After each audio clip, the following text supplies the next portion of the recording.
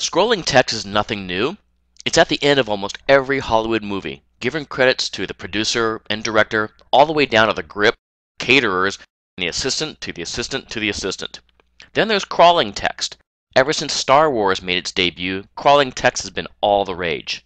There are also those horizontal running ticker bites that ruin your view of the scores on sports previews at the bottom of every major TV news network station. But I'm not bitter. I won't cover that type in this tutorial, but hopefully in a future one. But you will be happy to know that all these types of animated text and more can be created right inside VideoStudio Pro. Let me show you how. First, of course, open up VideoStudio Pro. First, go to the color library from the drop-down up here at the top so we can create a background for our text.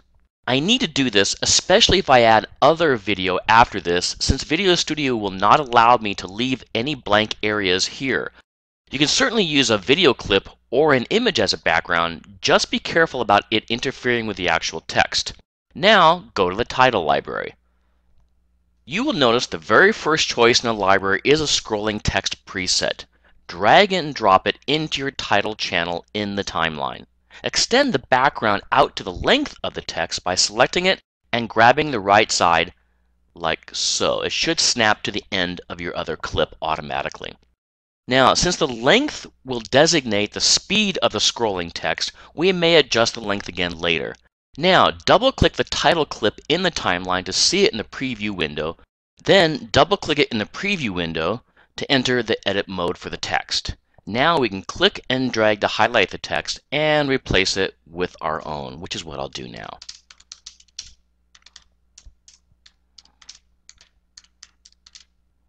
You will need to add your own carriage returns at desired intervals, and don't try to just copy and paste text from somewhere else, as VideoStudio will not recognize carriage returns. We will need to do this part manually. If you get to the bottom of a window, you may need to click outside the text box, move the box back up, and then double-click inside again to add further text. When you finish entering your text, click outside the box again and reposition the top, like so, and then hit play to preview.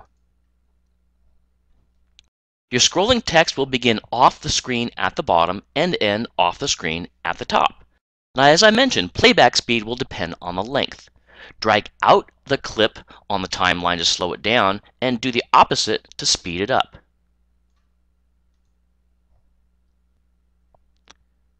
Easy so far, huh? But let's put the length back where it was.